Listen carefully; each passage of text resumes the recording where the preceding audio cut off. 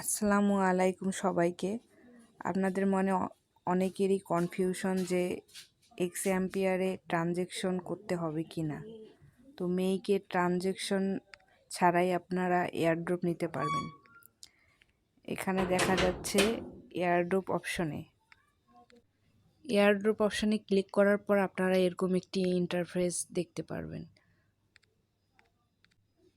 এখানে connect wallet অপশনটিতে আপনাদের ওয়ালেটটি কানেক্ট করে নেবেন, তাহলেই আপনারা এয়ারড্রপ পাবেন।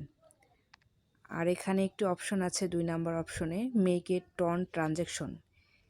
এই মেক এ টর্ন ট্রানজ্যাকশন যদি আপনারা না করেন তাহলেও আপনারা এয়ারড্রপ পাবেন। আশা করি বুঝতে পেরেছেন। শুধু ওয়ালেট কানেকশন দিলেই আপনারা এখানে এয়ারড্রপ নিতে পারবেন। এখানে আমরা